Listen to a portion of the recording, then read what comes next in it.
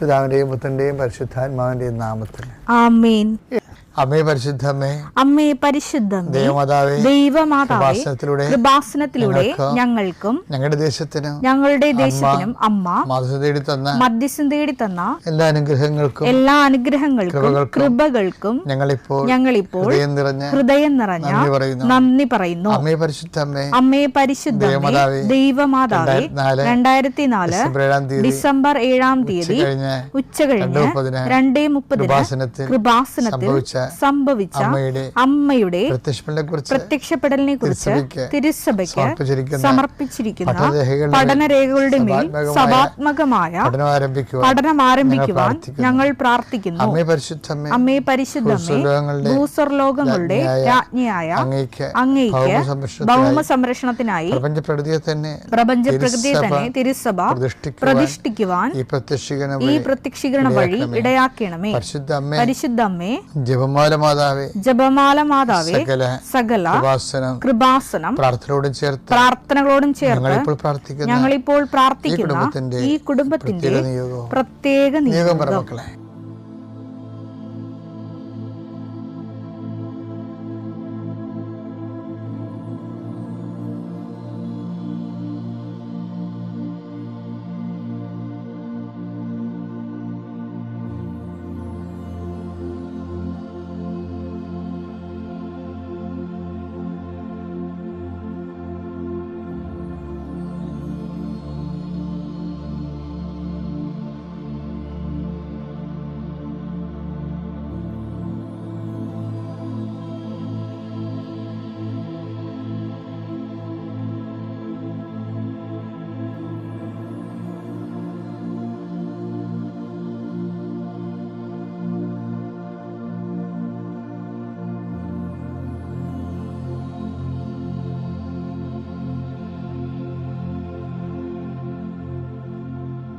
അമ്മയുടെ പ്രത്യക്ഷീകരണത്തിന്റെ ഈ അനുഗ്രഹവേളയിൽ ഞങ്ങൾക്ക് സാധിച്ചു തരുവാൻ കനിയണമേ.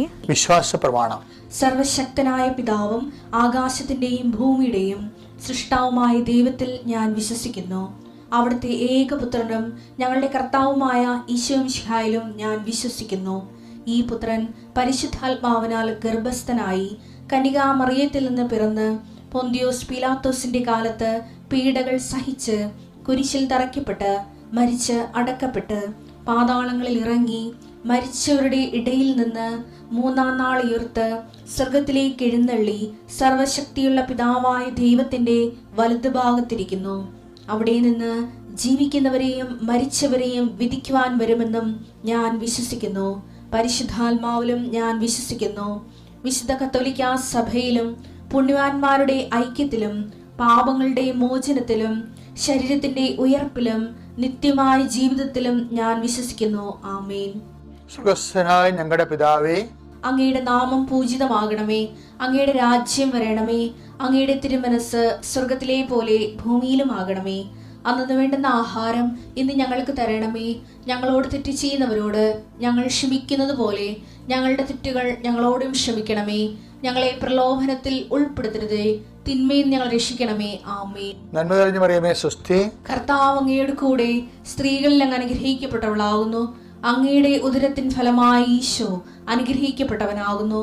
പരിശുദ്ധ മറിയമേ, തമ്പുരാന്റെ അമ്മേ, പാപികളായ ഞങ്ങൾക്ക് വേണ്ടി ഇപ്പോഴും ഞങ്ങളുടെ മരണസമയത്തും തമ്പുരാനോട് അപേക്ഷിക്കണമേ. ആമേൻ. എൻ്റെ കർത്താവേ, നിന്റെ ഉന്നതമായ നാമത്തിന് സ്വസ്ഥം ചെയ്യുന്ന കർത്താവേ, നിന്റെ അവകാശവും നിന്റെ ഓഹരിയുമായ അങ്ങയുടെ മക്കള്, നിന്റെ വിശുദ്ധമായ രക്തത്താൽ വീണ്ടെടുക്കപ്പെട്ട അങ്ങയുടെ മക്കള് കർത്താവേ, അവരെ നീ മാറോട് ചേർക്കണമെന്ന് പ്രാർത്ഥിക്കുന്നു. കർത്താവേ, നിന്നെ സ്നേഹിച്ചപ്പോഴേ നിന്നെ സ്നേഹിച്ചപ്പോൾ ദാവീദിനെ നീയും അതുപോലെ സ്നേഹിച്ചു. ഏലിയ നിന്നെ സ്നേഹിച്ചപ്പോൾ ഏലിയായെ നീ അതുപോലെ സ്നേഹിച്ചു. ദൈവമേ, നിന്റെ സ്നേഹം തിരിച്ചറിയാൻ പറ്റാത്തതാണ് ശാപം എന്ന് പറയണത്. വേറെ ഒന്നുമല്ല ശാപം. ഒരു മനുഷ്യൻ്റെ ജന്മത്തിൻ്റെ ശാപം എന്ന് പറയുന്നത് നിൻ്റെ ഹൃദയം മനസ്സിലാക്കാൻ പറ്റാത്തതാണ്. കർത്താവേ, ഞങ്ങളെല്ലാവരെയും നിന്നെ മനസ്സിലാക്കാൻ എല്ലാവരും കഴിയണമെന്ന് പ്രാർത്ഥിക്കുന്നു. ഈശോ, അങ്ങയുടെ മക്കൾ അവർക്ക് അങ്ങ് നൽകുന്ന ഓരോരോ ഹോംവർക്കുകൾ, ഗൃഹപാഠങ്ങളെല്ലാം അങ്ങയുടെ വലിയ സ്നേഹത്തെ തിരിച്ചറിയാൻ വേണ്ടിയുള്ള അങ്ങയുടെ ദൈവവിളിയാണെന്ന് ഞങ്ങൾ മനസ്സിലാക്കുന്നു. അമ്മേ, പരിശുദ്ധമ്മേ, ഞങ്ങൾക്ക് എല്ലാവർക്കും വേണ്ടി മധ്യസ്ഥം വഹിക്കണമേ. ഇന്ന് യാത്ര ചെയ്യുന്നവർ, രോഗികളായിരിക്കുന്നവർ, ഇന്ന് പ്രസവിക്കുന്നതിന് വേണ്ടി ഡേറ്റ് എടുക്കുന്ന അമ്മമാർ, ഇന്ന് പ്രഗ്നൻ്റ് ആയിട്ടിട്ട് ടെസ്റ്റ് ചെയ്യാൻ പോകുമ്പോൾ കർത്താവേ ഈ ടെസ്റ്റ് എങ്ങനെ വെക്കണമെന്ന് പ്രാർത്ഥിച്ച് അങ്ങനെ കണ്ണീരോടെ ഇട്ടിട്ട് പല പ്രാവശ്യം ഈശോൻ്റെ അമ്മയും മുത്തിക്കൊണ്ട് ആ ടെസ്റ്റ് ചെയ്യാൻ പോകുന്നവർക്കെല്ലാം നല്ല ഫലം കൊടുക്കണേ കർത്താവേ. അവർ കണ്ണുനീരോടെ അവർ കടന്നു പോകുന്നു, ജയഘോഷത്തോടെ അവർ കൊയ്ത കറ്റയുമായിട്ട് വരുന്നതെന്ന് പറഞ്ഞാൽ വചനത്തിൽ എഴുതിയിരിക്കുന്ന പോലെ കർത്താവ് സംഭവിക്കാൻ ഇടയാക്കണം പ്രാർത്ഥിക്കുന്നു. അങ്ങനെ ജോലി ചെയ്യപ്പെടുന്നവരെ, പരീക്ഷയ്ക്ക് പോകുന്നവരെ, റിസൾട്ട് നോക്കാൻ പോകുന്നവരെ, ജപ്തി നടപടിയിലേക്ക് പരിഹാരം കാണാൻ പോകുന്നവർ, ആരെല്ലാം കർത്താവെ കണ്ണീരോടെ പോകുന്നു അവരെല്ലാം ജയഘോഷത്തോടെ നിൻ്റെ നാമത്തിൽ അർപ്പോ വിളിച്ചുകൊണ്ട് കർത്താവെ തിരികെ വരാൻ ദൈവത്തെ നാമം മഹത്വപ്പെടട്ടെ എന്ന് പ്രാർത്ഥിക്കുന്നു. അമ്മ പരിശുദ്ധമ്മ ദൈവമാതാവ് യേശു ക്രിസ്തുവിനെ ഗർഭം ധരിക്കുകയും പ്രസവിക്കുകയും വളർത്തുകയും ക്രിസ്തുവിൻ്റെ ചുവട് നിൽക്കുകയും ദൈവത്തിന് നീതി നിറവേറ്റുകയും ചെയ്ത അമ്മ കന്യാസി മറിയം നിങ്ങളെ മാധ്യസ്ഥം വഹിക്കുകയും നിങ്ങളെ ആശീർവദിക്കുകയും ദൈവനാമം മഹത്വപ്പെടുത്താൻ വേണ്ടി പിതാവായ ദൈവം നിങ്ങളെ യേശു ക്രിസ്തു തിരഞ്ഞെടുത്തു എന്നുള്ള ബോധത്താൽ ദൈവത്തിലെ നമുക്ക് ജീവിക്കാം. ദൈവം നമ്മോടുകൂടെ. Praise the Lord. ഇന്നലെ നമ്മൾ കണ്ടത് നമ്മളിങ്ങനെ തമ്പി ഇംപ്രഷൻ എടുക്കും, പക്ഷെ കമ്പ്യൂട്ടർ അത് റെക്കോർഡ് ചെയ്യത്തില്ല. എന്താ കാര്യം? ഇന്നലെ എന്താ കണ്ടത്? നമുക്കൊരു സ്നേഹം, ദൈവത്തിന് നമ്മളൊരു സ്നേഹം ഉണ്ടാകണം. ദൈവത്തിന് നമ്മുടെ സ്നേഹം ഉണ്ടാകുമ്പോഴാണ് നമ്മൾ അടുത്തേക്ക് വിളിക്കുന്നത്. അങ്ങനെ ഒരു വചനമുണ്ട്, ഭയങ്കര രസമാണ്. അവൻ ഇഷ്ടപ്പെടണം. നമുക്ക് ആളെ ഇഷ്ടപ്പെട്ടാൽ പ്രാർത്ഥന ഇഷ്ടപ്പെടും. അപ്പോൾ മർക്കോസിൻ്റെ 3:13 എടുത്തേ. പിന്നെ അവൻ മുകളിലേക്ക് കയറി തനിക്ക് ഇഷ്ടമുള്ളവരെ മുകളിലേക്ക് കയറിയെന്നാണ്. തനിക്ക് ഇഷ്ടമുള്ളവരെ അടുത്തേക്ക് വിളിച്ചു. അവർ അവന്റെ സമീപത്തേക്ക് ചെന്നു. സമീപത്തേക്ക് ചെന്നു. അപ്പൊ അടുത്തേക്ക് വിളിക്കണതും ഇപ്പൊ നമ്മളെ വിളിച്ചാലും നമ്മുടെ പ്രാർത്ഥന വിളിച്ചാലും സെയിമാണ്. മനസ്സിലായില്ലേ? നമ്മളെ വിളിച്ചെന്ന് പറഞ്ഞാലും നമ്മുടെ പ്രാർത്ഥനയെ വിളിച്ചെന്ന് പറഞ്ഞാലും ഫലത്തിൽ സെയിമാണ്. ആരെയും വിളിക്കണത്? 3:13 മർക്കോസിന് എന്താണ്?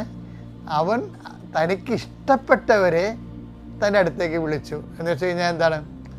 ഇഷ്ടപ്പെട്ടവരെ തൻ്റെ അടുത്തേക്ക് വിളിച്ചെന്ന് പറഞ്ഞാൽ ദൈവത്തിന് ഇഷ്ടമുള്ളത് കൊണ്ടാണ് അവരെ അടുത്തേക്ക് വിളിക്കണത്. അപ്പോൾ അതിൻ്റെ അർത്ഥം എന്താണ്? ഇഷ്ടപ്പെട്ടവരുടെ പ്രാർത്ഥനയായിരിക്കും ദൈവം സ്വീകരിക്കുകയും ചെയ്യണത്. ഉറപ്പല്ലേ? നമുക്കൊരു ഒറ്റ സൊല്യൂഷനേ ഉള്ളൂ. എന്താണ്? നിങ്ങൾ എൻ്റെ സ്നേഹത്തിൽ നിലനിൽക്കുവിൻ. നമുക്ക് പ്രാർത്ഥിക്കാം. കർത്താവായ ദൈവമേ, ജീവിതത്തിലെ പലതരത്തിലുള്ള സ്വഭാവങ്ങള് നമ്മളുടെ തന്നെ മൂഡ് ചേഞ്ച് ചെയ്യുകയും നമ്മുടെ തന്നെ സ്വഭാവ പ്രകൃതി മാറുകയും നമുക്ക് നിരാശയും സങ്കടങ്ങളൊക്കെ വരുമ്പോൾ അതിനെല്ലാത്തിനെയും അതിജീവിക്കുവാൻ പുതിയ ചൈതന്യം കുതിപ്പ് ലഭിക്കുവാൻ കർത്താവേ നിന്റെ വചനം നിന്നെ സ്നേഹിച്ച് നിന്റെ വചനത്തില് നിലനിന്നുകൊണ്ട് ഓരോ ദിവസത്തെയും അതാത് പ്രലോഭനങ്ങളെ അതിജീവിക്കുവാൻ ഞങ്ങൾക്ക് ശക്തി തരണമേ. കർത്താവേ, ഓരോ വിഷയങ്ങള് മനസ്സിലലട്ടുമ്പോൾ ആത്മാവേ യേശുവിന്റെ സ്നേഹത്തില് നിലനിൽക്കുവാൻ ആ സമയത്തെല്ലാം സാഹചര്യാധിഷ്ഠിതമായ കർത്താവിന്റെ വചനം പാലിക്കുവാൻ വിശ്വാസത്തില് ക്രിസ്തു വിശ്വാസത്തില് നിലനിൽക്കുവാൻ എന്നെ സഹായിക്കണമേ. എൻ്റെ പേര് സുനിത സോജൻ. ഞാൻ കൊല്ലം ജില്ലയിൽ നിന്നാണ് വരുന്നത്. ഇവിടെ 2019 ഞാൻ ഉടമ്പടി എടുത്തത്. പിന്നെ കൊറോണയ്ക്ക് ശേഷം എനിക്കത് കണ്ടിന്യൂ ചെയ്യാൻ പറ്റിയില്ലായിരുന്നു. പിന്നെ 2022 ഞാൻ അവിടെ വന്ന് വീണ്ടും ഉടമ്പടി പുതുക്കിയത്. അതിൽ ഉടമ്പടിയിൽ ഞാൻ 6 നിയോഗം വെച്ചിട്ടുണ്ടായിരുന്നു. അതിലെനിക്ക് ഭവനമില്ലാത്തത് ഞാൻ വെച്ചിട്ടുണ്ടായിരുന്നു, വീടില്ലാത്തതിൻ്റെ. അത് 20 വർഷമായിട്ട് എനിക്ക് ഭവനമില്ലായിരുന്നു. ഇവിടെ വന്ന് ഉടമ്പടി എടുത്തതിന് ശേഷം 7 വർഷം കൊണ്ട് ഞാൻ വസ്തു മേടിച്ചിട്ടുണ്ടായിരുന്നു. പക്ഷേ എനിക്ക് വീട് വയ്ക്കാൻ സാധിച്ചിട്ടുണ്ടായിരുന്നില്ല. ഇവിടെ വന്ന് ഉടമ്പടി എടുത്തതിൻ്റെ ഫലമായിട്ട് എനിക്ക് അവിടെ വീടിൻ്റെ പണി തുടങ്ങാനായിട്ട് സാധിച്ചു. ഇപ്പോൾ അതിൻ്റെ കെട്ട് തുടങ്ങാനായിട്ട് പോവാണ്. പിന്നെ എൻ്റെ മോൾക്ക് ജോലിയുടെ കാര്യം ഞാൻ ഈ ഉടമ്പടിയിൽ തന്നെ ഞാൻ നിയോഗം വെച്ചിട്ടുണ്ടായിരുന്നു. അവൾക്ക് ബാങ്കിലത്തെ ജോലിയാണ് കൂടുതൽ താല്പര്യമായിരുന്നത്. പക്ഷേ ബാങ്ക് ജോലി ടെസ്റ്റുകളെല്ലാം എഴുതും, ഇൻ്റർവ്യൂവിന് പോവും, പക്ഷേ പാസ്സാവത്തില്ലായിരുന്നു. അങ്ങനെ ഞാനിവിടെ ജോസഫ് അച്ഛനെ വന്ന് കണ്ട് അച്ഛൻ പ്രാർത്ഥിച്ച് കാശ് രൂപം കയ്യിൽ കൊടുത്തിട്ടുണ്ടായിരുന്നു. അത് വെച്ച് പ്രാർത്ഥിച്ചിട്ട് ഇൻ്റർവ്യൂ അറ്റൻഡ് ചെയ്തിട്ടുണ്ടായിരുന്നു. പക്ഷേ ഇൻ്റർവ്യൂവിൽ അത് ഫെയിലായതുകൊണ്ട് അവർക്ക് നോട്ടിഫിക്കേഷൻ വന്നിട്ടുണ്ടായിരുന്നത്. പക്ഷേ 8 മാസം കഴിഞ്ഞപ്പോൾ, അതായത് കഴിഞ്ഞ മാസം മെയിൽ വന്നു, ആൾ സെലക്റ്റഡ് ആയെന്ന് പറഞ്ഞിട്ട്. സാധാരണ ക്യാമ്പസ് സെലക്ഷനിൽ അങ്ങനെ വരാറില്ല. ഈ വർഷത്തേക്കുള്ള കുട്ടികളെയാണ് കൂടുതൽ എടുക്കാറ്. കഴിഞ്ഞ വർഷത്തെ കുട്ടികളെ എടുക്കാറില്ലായിരുന്നു. പക്ഷേ എന്തോ നമുക്കും അറിയത്തില്ലായിരുന്നു. പക്ഷേ ആൾ സെലക്ട് ആയെന്ന് പറഞ്ഞിട്ട് വന്നു. ഇപ്പോൾ അതിൻ്റെ ട്രെയിനിങ്ങും കഴിഞ്ഞു. ഈ അടുത്ത മാസം ജോയിനിങ് ആണ്. പിന്നെ വെച്ചിട്ടുണ്ടായിരുന്നത് മോൾക്ക് തന്നെയാണ് ഫിഷറിൻ്റെ അസുഖം ഉണ്ടായിരുന്നു. അത് 3 വർഷം കൊണ്ട് അടുപ്പിച്ചിട്ടുണ്ടായിരുന്നു. ആൾക്ക് ബാത്റൂമിൽ പോകാനും ഒന്നിനും സാധിക്കത്തില്ലായിരുന്നു. നല്ലോണം ബ്ലഡും പോവായിരുന്നു.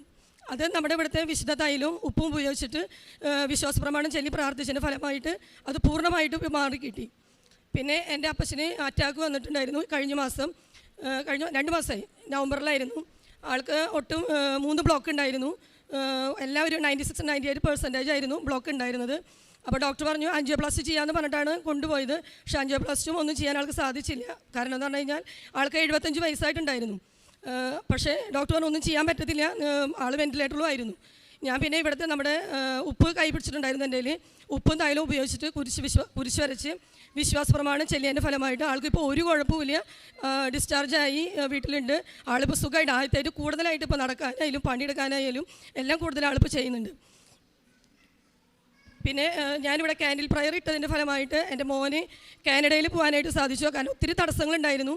അപ്പോൾ എൻ്റെ കടയിലത്തെ ഒരു കുട്ടിയാണ് എൻ്റെ അടുത്ത് പറഞ്ഞത് ഇങ്ങനെ കൃപാസനത്തെ പറ്റിയിട്ട് 2019.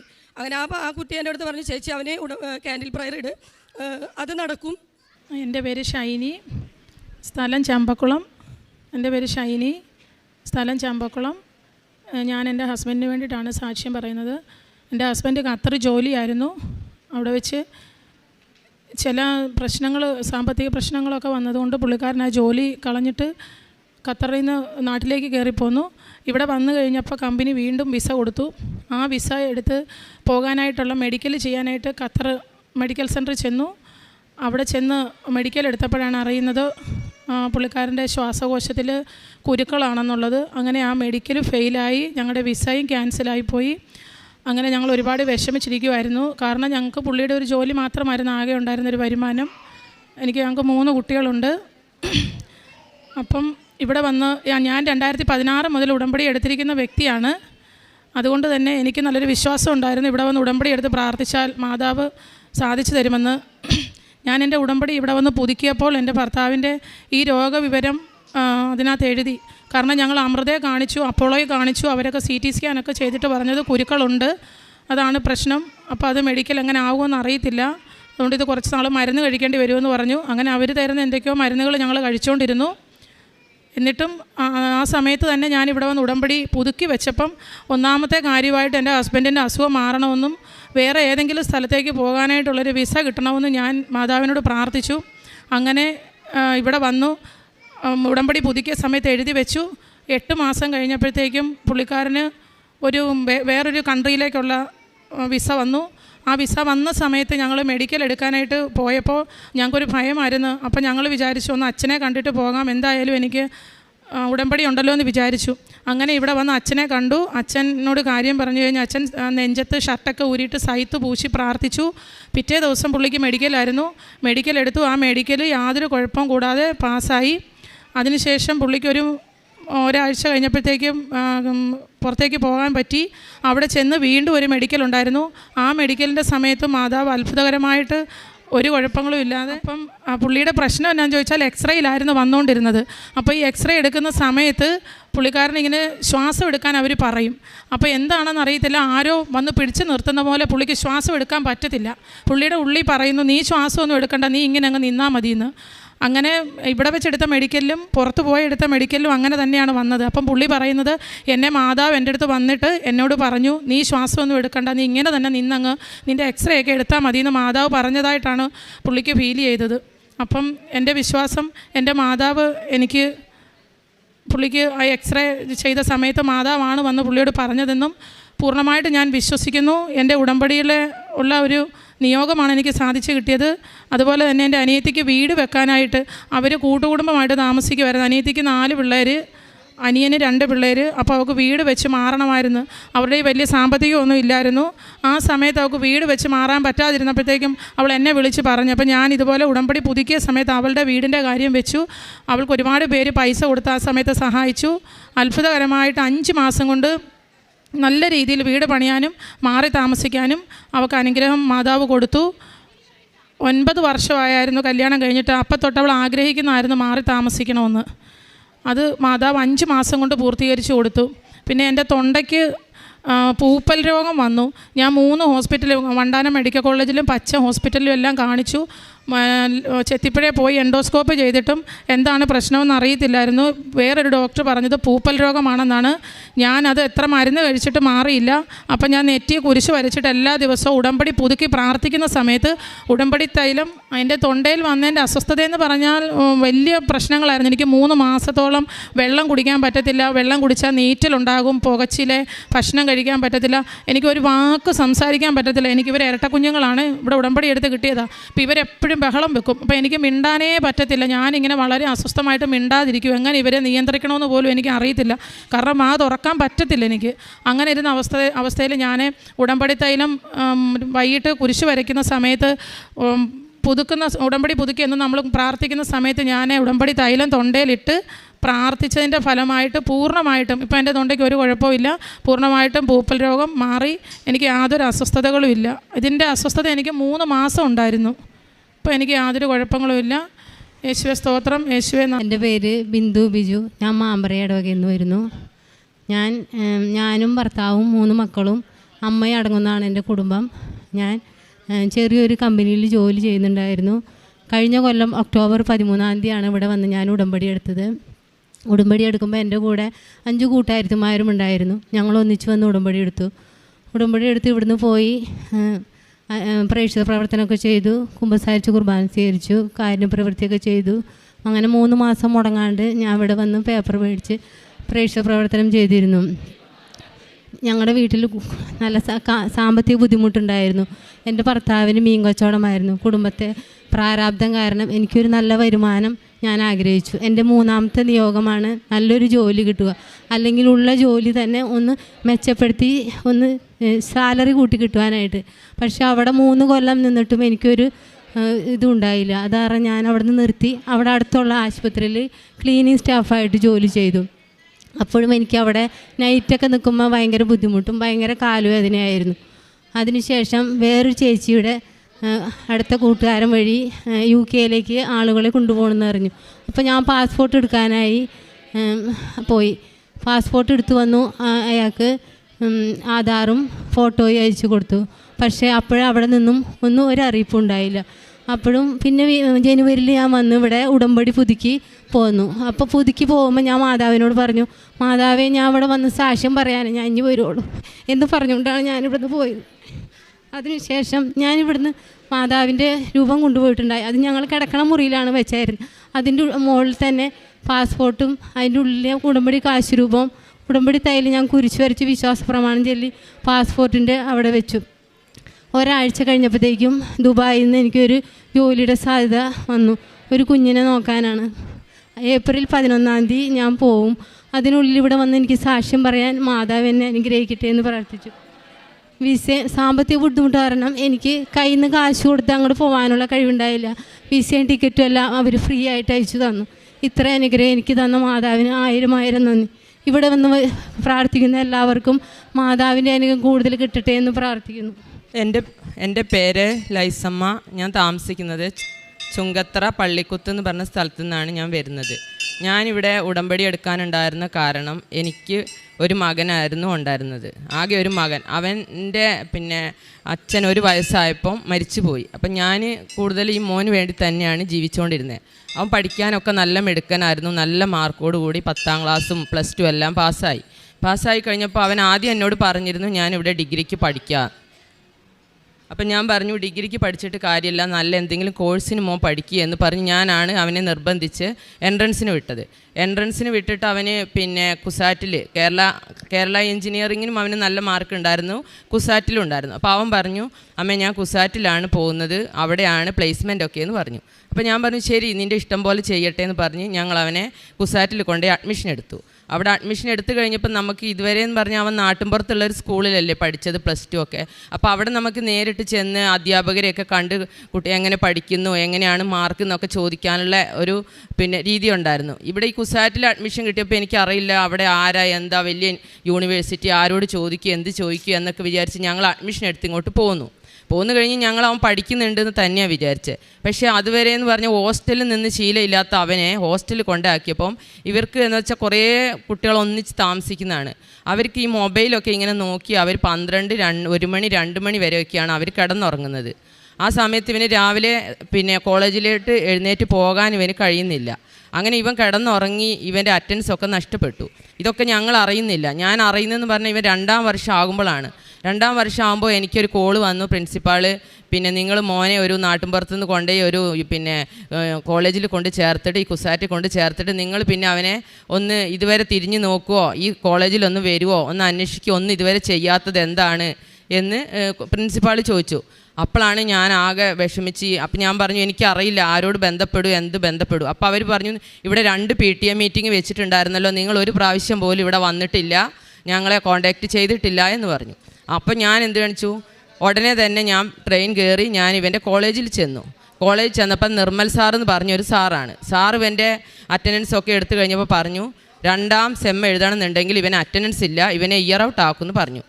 ഞാനപ്പോൾ എനിക്ക് ഭയങ്കര സങ്കടമായി. ഞാൻ അവിടുന്ന് ഒരുപാട് കരഞ്ഞ് വിഷമിച്ച് ഞാൻ വീട്ടിൽ പോന്നു. പക്ഷേ എങ്ങനെയെങ്കിലും എക്സാം എഴുതിക്കാമെന്നുള്ള ഒരു ഉദ്ദേശത്തിൽ ഞാൻ മെഡിക്കൽ സർട്ടിഫിക്കറ്റൊക്കെ ഉണ്ടാക്കാൻ വേണ്ടി അവന് പൈസയൊക്കെ കൊടുത്തു.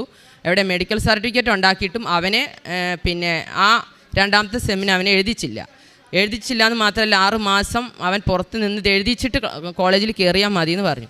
പിന്നെ എന്ത് ചെയ്യും, അവൻ വീട്ടിൽ വന്നു.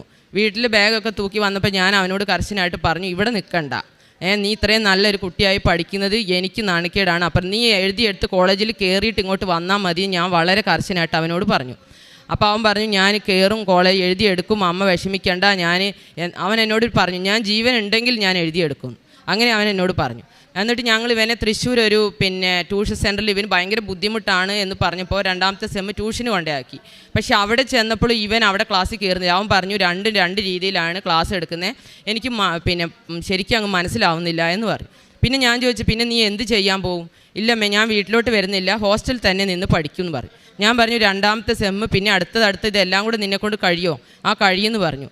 ഞാൻ കഴിയുമെന്നുള്ള വിശ്വാസത്തിൽ നിന്നു. പക്ഷേ പിന്നെ കൊറോണയായിട്ട് ക്ലാസ്സിൽ വീട്ടിൽ ഓൺലൈനായി. പിന്നെ കോളേജിൽ ചെന്നപ്പോൾ 3ാം വർഷം ആയപ്പോഴും ഞാൻ ടീച്ചറെ പേപ്പറുകൾ എഴുതിയെടുക്കാനുണ്ട് എന്നൊക്കെ പറഞ്ഞു. 3ാം വർഷം ഇതുപോലെ ടീച്ചർ പറഞ്ഞു പിന്നെ കുറേ പ്രശ്നമാണ്, ഇനി രക്ഷപ്പെടുമെന്ന് അറിയില്ല ജോജോ എന്ന് പറഞ്ഞു.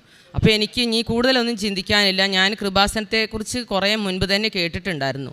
അപ്പോൾ എനിക്ക് അത്ര ഒരു വിഷമം ഇല്ലാത്തതുകൊണ്ട് കൃപാസനം ഏതാ എന്നൊക്കെ ആൾക്കാർ പറഞ്ഞപ്പോൾ എനിക്ക് വരാൻ തോന്നിയില്ല. പക്ഷേ ഇവൻ വീണ്ടും പഠിത്തമൊക്കെ ഇവൻ പുറകോട്ട് പോകുകയാണ്, ഇവൻ്റെ ഭാവി അനിശ്ചിതത്തിലാണ്, ഇവനിനി നല്ലൊരു നല്ലൊരു ഭാവി ഉണ്ടാവില്ല എന്ന് എനിക്കൊരു തോന്നലുണ്ടായപ്പോൾ ഞാൻ ഒന്നും ആലോചിച്ചില്ല. നേരെ ഞാൻ കൃപാസനത്തിൽ വന്ന് ഉടമ്പടി എടുത്ത് ഞാൻ പോയി കഴിഞ്ഞിട്ട് പിന്നെ 3-6 മാസം കൂടുമ്പോഴാണല്ലോ എക്സാം വരുന്നത്. പിന്നെ ഞാൻ മാതാവിനോട് മാത്രം പ്രാർത്ഥിച്ചു, ഇനി അവൻ്റെ കാര്യം മാതാവ് നോക്ക് എന്ന് ഞാൻ മാതാവിനോട് പറഞ്ഞു. അങ്ങനെ ആ കാര്യങ്ങൾ അങ്ങനെ നടന്നുകൊണ്ടിരിക്കുമ്പോഴാണ് ഞങ്ങൾക്ക് വീട് ഉണ്ടാക്കിയാൽ ഞങ്ങൾക്ക് 10 ലക്ഷം രൂപയുടെ കടബാധ്യത ഉണ്ടായിരുന്നു. അത് കഴിഞ്ഞ് ഞാൻ 4ാം വർഷമായി. അത് കഴിഞ്ഞപ്പോൾ ഇവന് പഠിക്കുന്നുണ്ട് എന്നുള്ളൊരു വിശ്വാസത്തിലാണ്. പക്ഷേ ഇപ്പോൾ കഴിഞ്ഞ പ്രാവശ്യം ടീച്ചർ പറഞ്ഞു അവന് കുറേ പേപ്പറുകളുണ്ടായിരുന്നു എഴുതിയെടുക്കാൻ. അത് എഴുതിയെടുക്കും എന്നുള്ളൊരു വിശ്വാസമൊന്നും എനിക്ക് മാതാവ് ഇവിടെ വന്നതുകൊണ്ട് എനിക്കുണ്ടായിരുന്നു. പക്ഷേ ഇപ്പോൾ കഴിഞ്ഞ പ്രാവശ്യം ടീച്ചർ പറഞ്ഞു അവർക്ക് പോലും അത്ഭുതമായിരിക്കുന്നു, ജോജോ ആ പേപ്പറുകൾ മുഴുവൻ എഴുതിയെടുത്തിട്ടുണ്ട്, ഇനി അവന് ഏപ്രിൽ അവസാനത്തെ സെമ്മിൻ്റെ ഉള്ളൂ, അതെന്തായാലും അവൻ പാസ്സാകും എന്ന് പറഞ്ഞു. എനിക്കത് കേട്ടപ്പോൾ ഭയങ്കര വിഷമം. കാരണം ഞാനതിന് ഒരുപാട് നന്ദി പറയാനുള്ളത് അമ്മ മാതാവിനോടും തിരുക്കുമാരനോടുമാണ്. അല്ലെന്നുണ്ടെങ്കിൽ അവന് എങ്ങനെ തലകുത്തി മറിഞ്ഞാലും ഇത്രയും സെമ്മൊന്നും അവൻ എഴുതിയെടുക്കാൻ കഴിയില്ല. അപ്പോൾ ഇപ്രാവശ്യം ടീച്ചറും വിളിച്ച് പറഞ്ഞു ഇനി അമ്മ വിഷമിക്കേണ്ട, എല്ലാം അവൻ റെഡിയാക്കിയിട്ടുണ്ട്. അപ്പോൾ അതങ്ങനെ. പിന്നെ 2ാമത്തെ നിയോഗം എന്ന് പറഞ്ഞാൽ എനിക്ക് കുറച്ച് കടബാധ്യത ഉണ്ടായിരുന്നു. അപ്പോൾ ഞങ്ങൾക്ക് മാസം 10,000 രൂപ വെച്ച് ലോൺ അടച്ചുകൊണ്ടിരുന്നതാണ്. അപ്പോൾ ഈ 10 ലക്ഷം ആയി കഴിഞ്ഞപ്പോൾ അതിൻ്റെ കുടിശ്ശികയായി ആദ്യം 2-3 ലക്ഷം അടച്ചത് മൊത്തം ഈ പലിശയിൽ പോയിക്കൊണ്ടിരിക്കുക. പിന്നെ 1.5 വർഷത്തോളമായി അതിൻ്റെ കുടിശ്ശിക ഇങ്ങനെ കിടക്കുക. അപ്പം മാനേജർ പറഞ്ഞു ബാങ്കിൽ നിന്ന് നോട്ടീസ് വരും, ആകെ പ്രശ്നമാണ്, അവസാനം ജപ്തി വരെ ആവുന്ന അവസ്ഥയിലേക്ക് വരുമെന്ന് പറഞ്ഞു. അപ്പോൾ ഞാൻ വിചാരിച്ചു ഇനി എന്ത് ചെയ്യും, പെട്ടെന്ന് നമുക്ക് ഇത്രയും രൂപ എവിടെ നിന്ന് അടയ്ക്കാനുണ്ടാവും. അപ്പോൾ ഞാനിവിടെ ഉടമ്പടി എടുത്ത് പോയി ഏകദേശം ഒരു 4 ദിവസം കഴിഞ്ഞപ്പോൾ ഒരാൾ ഞങ്ങളെ വീട്ടിൽ വന്ന് മുട്ടുന്നുണ്ട്. അപ്പം ഞാൻ വാതിൽ തുറന്ന് നോക്കുമ്പോൾ എന്നോട് പറഞ്ഞു, ഇതാണോ ഇന്ന പഴയമ്പള്ളിയിലെ വീടെന്ന് ചോദിച്ചു. അതേന്ന് പറഞ്ഞു. എന്താ നിങ്ങളുടെ ആവശ്യം? അപ്പോൾ പറഞ്ഞു, നിങ്ങൾക്ക് അവിടെ കുറച്ച് പറമ്പ് വെറുതെ കിടക്കുന്നില്ലേ? അപ്പോൾ 1 ഏക്കർ പറമ്പ് ഞങ്ങൾക്ക് ഒന്നും ചെയ്യാതെ വെറുതെ ഇങ്ങനെ കിടക്കുന്നുണ്ട്. ഞങ്ങൾ സാമ്പത്തിക ബുദ്ധിമുട്ടുകൊണ്ട് ആ പറമ്പിൽ ഒന്നും ചെയ്തിട്ടില്ല, വെറുതെ മരുഭൂമി പോലെ പറമ്പ് കിടക്കുക, അതും വഴിയില്ല, കുറേ ഉള്ളേരിയയിലാണ് ആ പറമ്പ്. അപ്പോൾ അയാൾ പറഞ്ഞു, ഞാൻ പൂക്കോട്ടുംപാടം എന്ന് പറഞ്ഞാൽ അവിടുന്ന് കുറച്ച് ദൂരമാണ്, അവിടുന്ന് വരികയാണ്, നിങ്ങളെ പറമ്പിൽ കുറച്ച് കളിമണ്ണുണ്ടെന്ന് പറഞ്ഞു.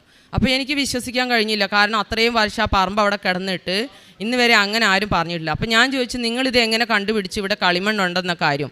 ഒന്നുമില്ല, ഞങ്ങൾ ഈ നാട്ടിൽ വണ്ടി ഇറങ്ങിയപ്പോൾ ഞങ്ങൾക്ക് തോന്നി ഇതിലേ ഒന്ന് വരണമെന്ന് തോന്നി, അങ്ങനെ ഞങ്ങൾ ഓരോ പറമ്പും ഇങ്ങനെ നോക്കുമ്പോൾ നിങ്ങളെ പറമ്പിൽ കളിമണ്ണുണ്ടെന്ന് പറഞ്ഞു. അപ്പോൾ ഞാൻ പറഞ്ഞു, കളിമണ്ണിന് എന്താ ഏതാണെന്നൊന്നും എനിക്കറിയില്ല ഈ കളിമണ്ണിനെക്കുറിച്ച്. അപ്പോൾ അവർ പറഞ്ഞു, ചട്ടിയും കലമൊക്കെ ഉണ്ടാക്കുന്ന മണ്ണാണ്, അതിന് സാധാ മണ്ണിനേക്കാളും നല്ല വില കിട്ടുമെന്ന് പറഞ്ഞു. അപ്പോൾ എൻ്റെ മനസ്സിൽ, കാരണം ഇവിടെ കടബാധ്യത വന്ന് കിടക്കുന്നു, വീട് നോട്ടീസ്, അപ്പോൾ ഇത് എങ്ങനെയെങ്കിലും കുറച്ച് കടം വീട്ടാലോ എന്ന് എൻ്റെ മനസ്സിൽ ആരോ ഇങ്ങനെ പറയുന്ന പോലെ തോന്നി. അപ്പം ഞാൻ പറഞ്ഞു, ശരി ആയിക്കോട്ടെ, നിങ്ങൾ ആ മണ്ണ് എടുത്തോ, അതിനിപ്പോൾ എന്താ ചെയ്യേണ്ടത്?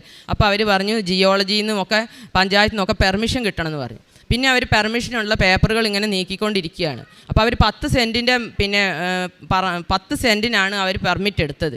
10 സെൻറ്റിൻ്റെ പെർമിറ്റ് എടുത്തു കഴിഞ്ഞാൽ തന്നെ ഞങ്ങളുടെ കടബാധ്യത ഏകദേശം വീട്ടാൻ പറ്റുമെന്ന് അവർ പറഞ്ഞു. അങ്ങനെ ഈ പെർമിറ്റൊക്കെ കിട്ടി ഏകദേശം 6 മാസമായി കഴിഞ്ഞപ്പോൾ ഇവർ മണ്ണെടുക്കാൻ തുടങ്ങിയപ്പം സത്യത്തിൽ അവിടെ കളിമണ്ണില്ല. ആ എടുത്ത ആ കൊശവൻ വെറുതെ ഇങ്ങനെ അവർ കുഴിച്ചെടുത്ത ആ ഒരു ഭാഗത്ത് മാത്രമേ കളിമണ്ണുള്ളൂ. അത് കഴിഞ്ഞ് അവർ പിന്നെ ഇത് എന്താ അവർക്ക് തെറ്റിപ്പോയതാണോ എന്ന് വിചാരിച്ച് അടുത്ത കുറച്ച് മാറി അവിടെയും കുഴിച്ച് നോക്കുമ്പോൾ അവിടെയും സംഭവം കളിമണ്ണില്ല. ആകെ കിട്ടിയത് 9 ലോഡ് കളിമണ്ണാണ്. സത്യത്തിൽ ആ പറമ്പിൽ എവിടെയും കളിമണ്ണില്ല.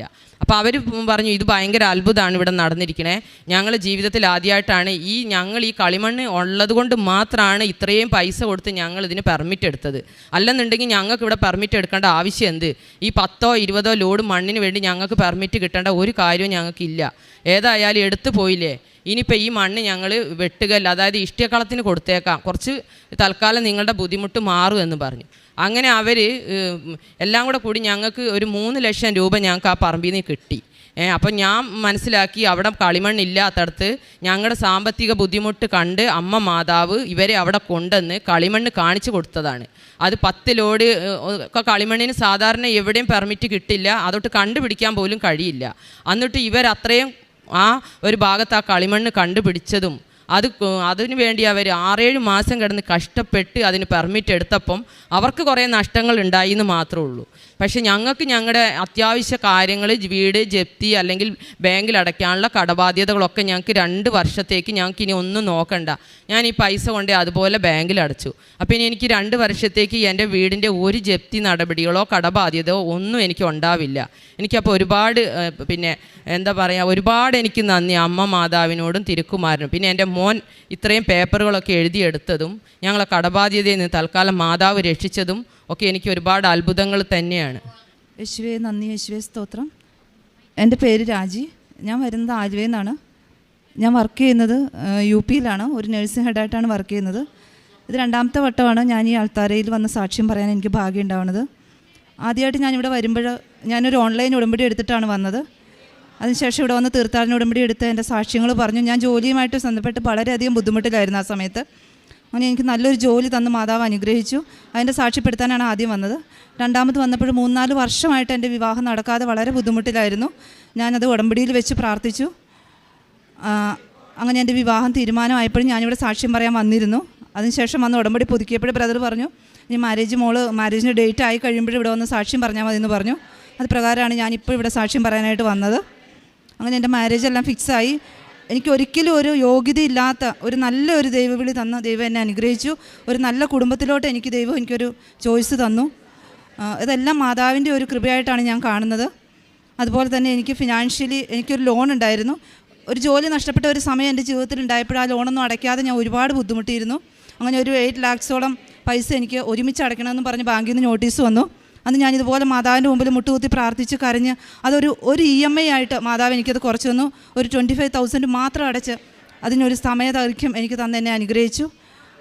അതുപോലെ എൻ്റെ അമ്മയ്ക്ക് രോഗസൗഖ്യം കൊടുത്ത് ഒരു 3-4 വർഷമായിട്ട് ഷോൾഡർ പെയിൻ ആയിരുന്നു.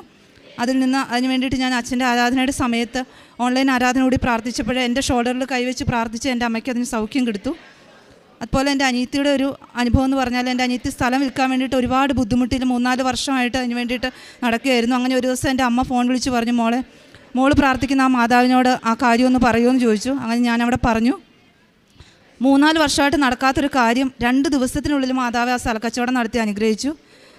പിന്നെ ഒരു സാക്ഷി എന്ന് പറഞ്ഞാൽ ഉടമ്പടി തൈലം പൂശിയിട്ടുള്ളതിനൊരു സാക്ഷിയാണ്. എൻ്റെ ഒരു കൂട്ടുകാരിയുടെ ഒരു ദിവസം പെട്ടെന്ന് ഞാൻ ജോലിക്ക് പോകാൻ വേണ്ടി റെഡി ആവുമായിരുന്നു. അപ്പോൾ എൻ്റെ കൂട്ടുകാരി എന്നെ വിളിച്ചിട്ട് പറഞ്ഞു, മാഡം എനിക്ക് സ്കാൻ ചെയ്തപ്പോൾ പ്രഗ്നൻ്റ് ആയിരുന്നു, സ്കാൻ ചെയ്തപ്പോൾ എൻ്റെ കുട്ടിക്ക് ഡൗൺ സിൻഡ്രോം ആണെന്ന് പറഞ്ഞു, മാഡം ഒന്ന് പ്രാർത്ഥിക്കുമെന്ന് ചോദിച്ചു. അപ്പോൾ തന്നെ അവിടെ മുട്ടുകുത്തി നിന്ന് ലൈറ്റ് ക്യാൻഡിൽ പ്രേയറിട്ട് പ്രാർത്ഥിച്ചു. നല്ല ഹെൽത്തി ആയിട്ടൊരു കുഞ്ഞിനെ കൊടുത്ത് മാതാവ് അവരെ അനുഗ്രഹിച്ചു. അവരിവിടെ വന്ന് സാക്ഷ്യം പറഞ്ഞിട്ടുണ്ടായിരുന്നു.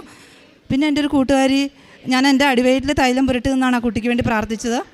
പിന്നെ എൻ്റെ ഒരു കൂട്ടുകാരിക്ക് ഭയങ്കരമായിട്ട് ഹെയർ ഫോൾ ഉണ്ടാവുമായിരുന്നു. ഒത്തിരി മുടി ഇങ്ങനെ ഊരിപ്പോയിക്കൊണ്ടിരിക്കുകയായിരുന്നു.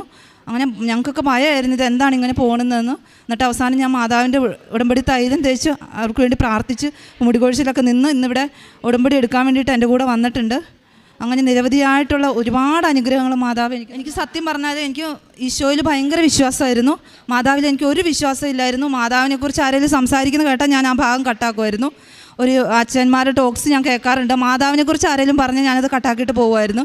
അങ്ങനെ ഞാനൊരു പ്രതിസന്ധി ഘട്ടത്തിലിരിക്കുന്ന സമയത്ത് എൻ്റെ പ്രാർത്ഥനയിലൊന്നും എനിക്ക് ഒരു ഫലവും കണ്ടെത്താൻ പറ്റിയില്ല. അങ്ങനെ ഒരിക്കൽ 10-11:30 മണി വരെ ഞാൻ കരഞ്ഞ് പ്രാർത്ഥിച്ച് ഈശോയുടെ മുമ്പിൽ മുട്ടുകുത്തി. അങ്ങനെ ഞാൻ പെട്ടെന്ന് ഒരു മയക്കത്തിലോട്ട് പോയി.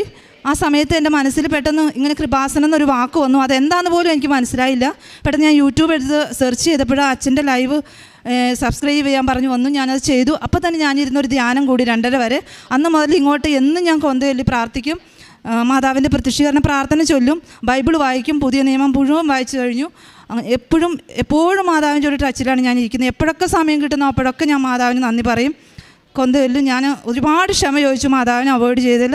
എൻ്റെ ജീവിതത്തിൽ എനിക്ക് അർഹിക്കുന്നതിൻ്റെ അപ്പുറം തന്ന മാതാവ് നല്ലൊരു ജോലിയും സംരക്ഷണവും എല്ലാം തന്നെ എന്നെ അനുഗ്രഹിച്ചു.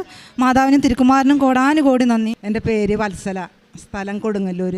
ഞാനിവിടെ വന്ന് നാലാമത്തെ ഉടമ്പടി പ്രാർത്ഥിച്ച് ഉടമ്പടി പുതുക്കി പോയതിന് ശേഷം എനിക്ക് 9 വർഷമായി മലബന്ധം ഉണ്ടായിരുന്നു.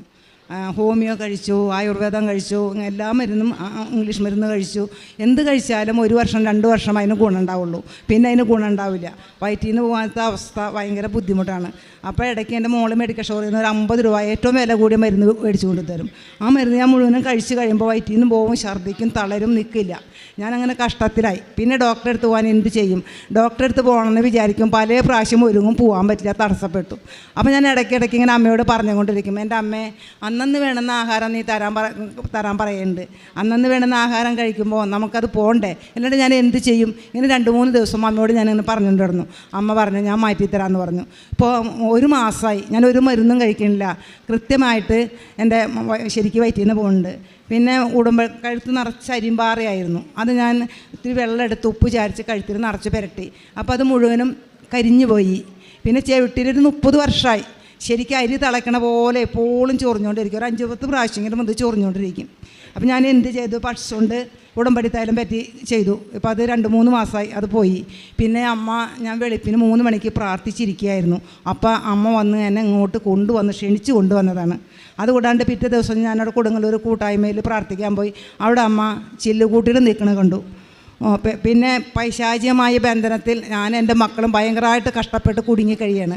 അപ്പോൾ ഒരു 11:30 മണി സമയത്ത് ചൊവ്വാഴ്ച അടുക്കളയിൽ പണി ചെയ്യായിരുന്നു. പെട്ടെന്ന് അവിടെ മുട്ടുകുത്ത് എനിക്ക് തോന്നിപ്പിച്ചു. ഞാൻ മുട്ടുകുത്തി കുറേ പ്രാവശ്യം 1/2 മണിക്കൂർ നിന്ന് പ്രദക്ഷിണ പ്രാർത്ഥന ചൊല്ലി. 1/2 മണിക്കൂർ അമ്മയുടെ കണ്ണ് ബൾബ് പോലെ വെള്ളി വിളങ്ങുന്ന കണ്ണ് 1/2 മണിക്കൂറോളം എൻ്റെ അമ്മ എൻ്റെ മുഖത്ത് നോക്കി നിന്നു. അമ്മയുടെ സംരക്ഷണത്തെ വലയത്തിലാണ് ഞാൻ എൻ്റെ മക്കളും കുടുംബങ്ങളും ജീവിക്കുന്നത്. അതുകൂടാണ്ട് പിന്നെയും ഒരു 1.5 ആഴ്ച മുന്നേ മോളുടെ വീട്ടിലായിരുന്നു ഞാൻ. വൈകുന്നേരം അച്ഛൻ്റെ ക്ലാസ് കണ്ടുകൊണ്ടിരിക്കുകയായിരുന്നു ഒരു 5 മണി സമയത്ത്. 5 മണി സമയത്ത് ഗർഭിണിയായ അമ്മ പൈശാചിക ശക്തിയുടെ ബന്ധനത്തിൽ നിന്നും എൻ്റെ മക്കളെയും പൂർണ്ണമായി മോചിപ്പിച്ചു. എന്ന് വെച്ചാൽ അപ്പോൾ ആ ഗർഭിണിയായ അമ്മ സന്ധ്യയ്ക്ക് 5 മണിക്ക് തുടങ്ങി പിറ്റേ ദിവസം 10 മണി വരെ ഞാൻ പോണോടത്തും വരുന്നോടത്തും മുഴുവനും എൻ്റെ അമ്മ മുമ്പിൽ നിൽക്കായിരുന്നു. അപ്പോൾ എനിക്ക് മനസ്സിലായി എനിക്ക് എൻ്റെ അമ്മ കാവലാണ്, സംരക്ഷണം സന്തോഷമാണ്. ഈശോയെ ഇത്ര വലിയ ഉപകാരം ചെയ്തു തന്നതിന് ദൈവത്തിനോട് 100 കോടി നന്ദി. ഇനി ഒരുപാട് കാര്യം എനിക്ക് സാക്ഷ്യം പറയാൻ ഇടവരുത്തട്ടെ. യേശുവേ നന്ദി, യേശുവേ സ്തുതി, യേശുവേ സ്തോത്രം.